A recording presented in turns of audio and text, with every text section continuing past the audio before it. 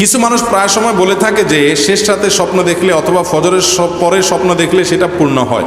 কোরআন হাদিসে এ ব্যাপারে কি বলে? স্বপ্ন কোন সময় দেখলে সত্য হয়, কোরআন এবং হাদিস ঘাঁটলে এ সম্পর্কে সুস্পষ্ট কোনো পরিষ্কার কোনো নির্দেশনা পাওয়া যায় না যে এই সময় স্বপ্ন দেখলেই সেটা সত্য হবে। তবে হ্যাঁ, ঘুম কিছুটা পাতলা থাকলে স্বপ্ন এর ব্যাখ্যা বিশেষজ্ঞরা অনেকেই বলেন, লেখেন যে সে সময়ের ঘুমটা, সে সময়ের স্বপ্নটা সত্য হয় এবং সকালের টাইমটা, এই টাইমটা কিছুটা ফজরের আগের টাইমটা বা সকালের টাইমটা, স্বপ্ন যেটা দেখার পর মানুষের স্পষ্ট মনে থাকে কি দেখছে, এটা সত্য হওয়ার সম্ভাবনা বেশি থাকে। স্বপ্ন তিন প্রকার, একটা হলো সত্য স্বপ্ন, একটা হলো মিথ্যা স্বপ্ন, আরেকটা হলো জল্পনা কল্পনার কারণে যে স্বপ্ন দেখে সেটা। আপনি যখন বিদেশে যাওয়ার জন্য জল্পনা কল্পনা করতেছেন, ভিসা আসছে, জীবনে প্রথম বিদেশ যাবেন, ভিসার টাকা পয়সা দেওয়া হয়েছে, টিকিট হয়ে গেছে, অপেক্ষা আছেন, ডেট পড়ে গেছে, আপনি এখন শুধু ঘন ঘন স্বপ্ন দেখবেন, এয়ারপোর্টে চলে যাচ্ছেন, ইমিগ্রেশনে দাঁড়ায় আছেন, বিমান ছেড়ে দিচ্ছে, এই জাতীয় স্বপ্ন তখন দেখবেন। ঠিক না ভাই? ঠিক। বিয়ে ঠিকঠাক হয়েছে, কথাবার্তা সব পাকাপাকি হয়েছে, এখন শুধু দেখবেন শ্বশুরবাড়ি, শাশুড়ি, ভালো রান্না বাড়া, এগুলা যেটা মানুষ জল্পনা কল্পনা করে, অনেক সময় শুলে সেটা স্বপ্নে দেখে।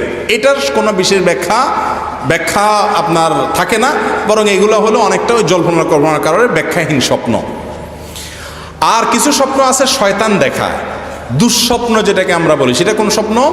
যেই স্বপ্নগুলো দেখে মানুষ ভড়কে যায় এবং যেগুলো শয়তান মানুষকে ভীত সন্ত্রস্ত করার জন্য করা, অর্থহীন স্বপ্ন। যেমন কথার কথা, আপনি দেখছেন যে সিঁড়ির উপর দিয়ে আপনি সাইকেল চালায় যাচ্ছেন, ঘামাইতে ঘামাইতে শেষ, আপনার একজন দৌড়াইতে দৌড়াইতে শেষ, এরপর দেখলেন যে আপনি খাটের নিচে পড়ে গেছেন। হ্যাঁ, স্বপ্নে আপনি দেখতেছেন যে তুমুল মারামারির পরে দেখতেছেন ঘামাই গেছে। এরকম অনেক আজগবি স্বপ্ন অনেক সময় দেখি আমরা, যে স্বপ্নগুলো শয়তান আমাদেরকে অস্থির করে তোলার জন্য দেখা। গাড়ি চালাচ্ছেন, ব্রেক ফেল হয়ে গেছে, আর দৌড়াচ্ছেন, তো এরকম অনেক সময় হয়। এগুলো শয়তান দেখায়, এগুলোকে অনেকটা হলুম বলা হয়, হলুম।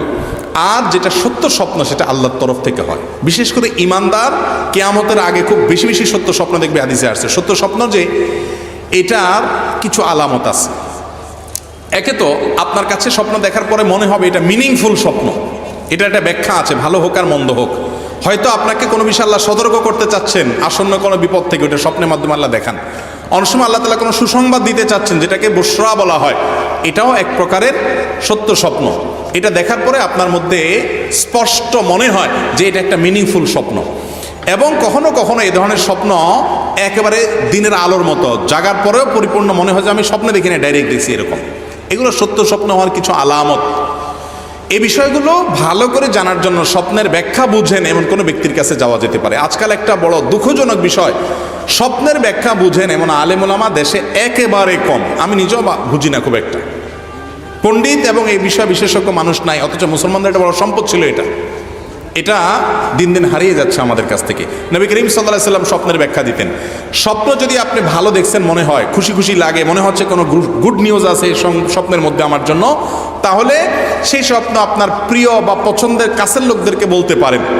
আর যে স্বপ্ন দেখার পরে আপনার ভয় লাগে, মনে হচ্ছে যে আমার কোনো বিপদ বা কোনো ক্ষতির ব্যাপারে আল্লাহ ইঙ্গিত দিচ্ছেন, এরকম মনে হয়, তাহলে সেই স্বপ্ন দেখার পরে কয়েকটা কাজ করবেন। বুখারীর হাদিস, সহিহ হাদিসের কিতাবে কয়েকটা কাজের কথা আসছে। নাম্বার 1, এই স্বপ্ন দেখার পর ঘুম ভেঙে গেলে হঠাৎ করে বাম দিকে 3 বার থুতু ফেলবেন। আবার দেখে ফেলায় মানুষজন আছে কি, আর থুতু ফেলানো বলতে গাল ভর্তি থুতু না, মানে শুয়ের আগে যে পরিমাণ মানে পানি থাকে ওই পরিমাণ, জাস্ট থুতু করে, যে আমরা মুখে বলি থুতু, ওই রকম করে 3 বার ফেলবেন।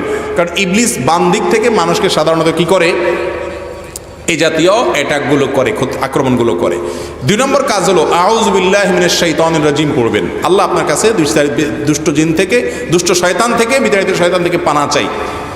3 নম্বর কাজ হলো যদি পারেন ওযু করে 2 রাকাত নামাজ পড়ে ফেলবেন, ইনশাআল্লাহ ওই দুঃস্বপ্ন থেকে আল্লাহ আপনাকে হেফাজত করবেন। যদি ক্ষতিকর কিছু হয়, ক্ষতি থেকে আল্লাহ বাঁচাবেন।